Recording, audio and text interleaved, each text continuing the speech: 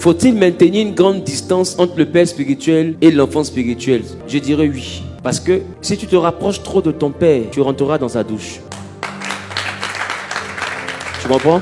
Même moi-même qui suis là, si tu rentres à la maison, que tu arrives dans mon intimité, tu me verras en train de plaisanter, tu me verras en train de rire, tu me verras en train de me fâcher, tu me verras en train de danser. Et à un moment donné, tu peux oublier le prédicateur que je suis. Tu peux commencer à t'habituer à l'homme que tu vois dans la maison, qui est de fond en culotte, t-shirt. Tu vas oublier la sacralité du ministère de celui-ci. Et le fait de devenir trop proche de lui fera que tu vas désacraliser la grâce. Et toi-même, ça va t'exposer. Parce que tu risques de poser des actions à un homme. Or, c'est un prophète que tu fais. Et à cause de son prophétique, tu seras frappé d'une malédiction. Et vous allez remarquer très bien, les enfants qui sont très proches des hommes de Dieu sont dans beaucoup de blocages. Peut-être que vous pensez que être trop proche d'un homme de Dieu, c'est un privilège. Non, être trop proche d'un homme de Dieu, c'est un privilège tant que tu continues à le voir comme un homme de Dieu. Si à un moment donné, tu commences à le voir comme un bon vieux père. Non, lui, c'est mon papa. Mais quand tu dis papa, là, ce n'est plus papa respect. C'est papa de, je peux l'appeler à l'heure que je veux. Je peux lui parler. Il peut même me parler, ça ne me fait pas peur. Ça veut dire qu'il me donne conseil, je ne peux pas oublier de respecter. À la limite, je m'en fous, mais c'est mon papa. Ça devient mon papa de forme. Quand tu commences à avoir cette mentalité-là, tout ce qu'il fait comme prière ne marchera pas. Et cette mentalité va te fermer les portes.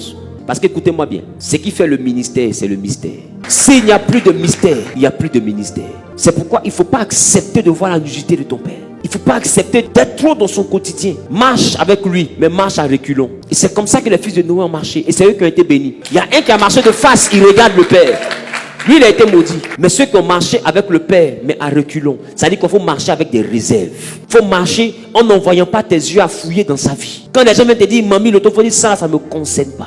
Pourquoi? Parce que je ne suis pas là à cause de ce qu'il a fait. Écoute, Élie avait égorgé 850 prophètes de Baal et d'assassin. En réalité, c'est un assassin. Les fils des prophètes sont venus dire, est-ce que tu sais que Dieu enlève ton père? Il dit, taisez-vous, je le sais. Avec tout ce qu'il a fait là, Élisée dit, je ne te quitte pas. Pourquoi? Parce qu'il ne regarde pas l'homme Élie, il regarde le prophète Élie. Et Élie lui a dit, si tu me vois monter, ce que tu demandes là va t'arriver. Parce que le problème c'est ça, c'est comment Élie monte. Élie monte dans un tourbillon. Or le tourbillon, il a pour but de soulever le sable, la poussière et tous les déchets. Donc Élie monte au milieu d'une pagaille, au milieu d'un désordre. Mais Élie dit à Élisée, si tu me vois monter, ce que tu demandes là va arriver. Et Élisée voit Élie en train de monter. Et qu'est-ce qu'il voit autour de lui? Un vent, du sable, de la poussière, peut-être des sachets. C'est le symbole de quoi? C'est le symbole de la saleté. Le symbole des combats, des injures. Il paraît que, on dit que, il n'est pas de Dieu, il est de Dieu. Il a commis telle erreur. C'est lui qui avait égorgé les prophètes de Baal là-bas. C'est lui qui avait fait ceci. Il n'est pas bien. Élie là, il n'est pas gentil. Tout ça là, c'était autour d'Élie. Mais la Bible, quand Élisée l'a regardé, il n'a pas vu les déchets. Il a vu son père.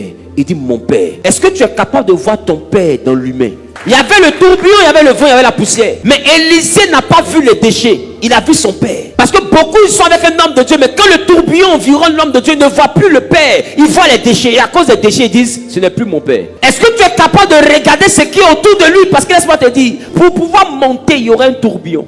C'est quand vous avez remarqué, les hommes de Dieu commencent. Mais majoritairement, ceux qui ont commencé, ce n'est pas eux tous, ils restent. Pourquoi? Parce que tout le monde ne peut pas supporter le tourbillon de l'ascension. Parce que chaque ascension vient avec une épreuve. Cette épreuve-là, si tu regardes l'épreuve, que tu ne vois pas ton père, au milieu de l'épreuve, tu quittes le père. Mais je pense qu'on aura l'occasion de bien développer ça dans un autre thème.